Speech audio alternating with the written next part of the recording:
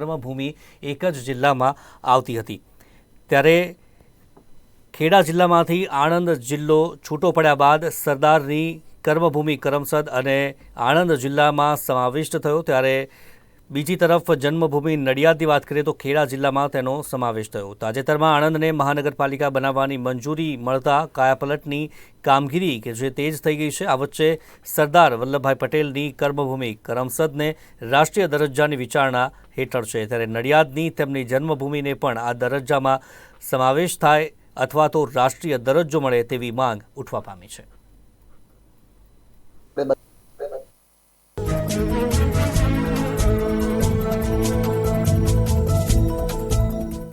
માગણીમાં એવું છે કે સરદાર સાહેબની જે જન્મભૂમિ નડિયાદ છે એ આપણે બધા જાણીએ છીએ। હવે નડિયાદ એ ખૂબ જ જૂનું અને ખૂબ મોટું શહેર છે, જાણીતું પણ છે, અંગ્રેજોના વખતથી પણ નડિયાદ જાણીતું છે। હવે સરદાર સાહેબનો જન્મ અહીં એવી રીતે થયેલો કે અગાઉ મોસાળમાં જન્મ થતો, એટલે સરદાર સાહેબનું જે મોસાળ નડિયાદ એટલે એમનો જન્મ અહીં દેસાઈ વગામાં થયેલો અને એ જન્મ જે સ્થળ થયું ત્યાં પણ એમની બધી વસ્તુઓ સાચવી રાખી છે। દાખલા તરીકે જે ઘોડિયામાં ઉછરેલા ઘોડિયું અને અન્ય જરૂરી વસ્તુઓ પણ અહીંયા સચવાયેલ છે।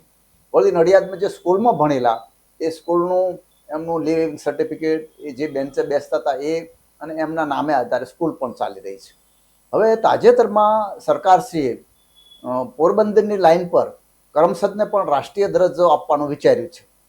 બહુ સારી વાત છે અને હું એને અનુમોદન આપું છું કે બહુ સરસ વાત છે, પરંતુ સાથે સાથે જેવી રીતે પોરબંદરના ગાંધીજીના માટે થઈને રાષ્ટ્રીય દરજ્જો આપ્યો, કરમસદને પણ વિચારે છે, પણ સાથે સાથે નડિયાદ કે સરદાર સાહેબની જન્મભૂમિ છે અને આગળ પડતું શહેર છે તો એને પણ રાષ્ટ્રીય દરજ્જો આપે એવી અમારી ખૂબ ખૂબ માગણી છે।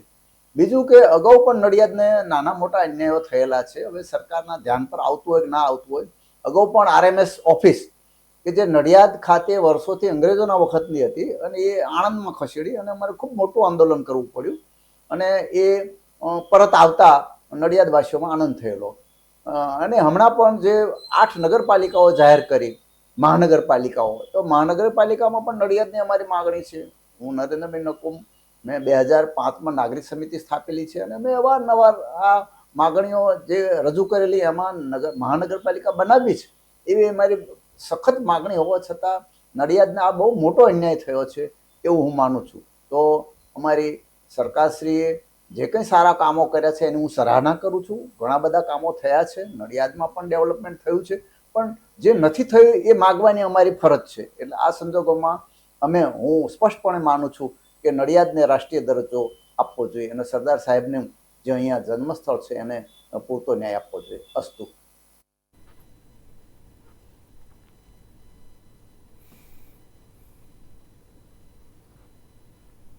સુરત શહેર અંગદાન કરવામાં હંમેશાથી અગ્રેસર રહ્યું છે ત્યારે વધુ એક અંગદાનનો કિસ્સો પ્રકાશમાં આવ્યો છે।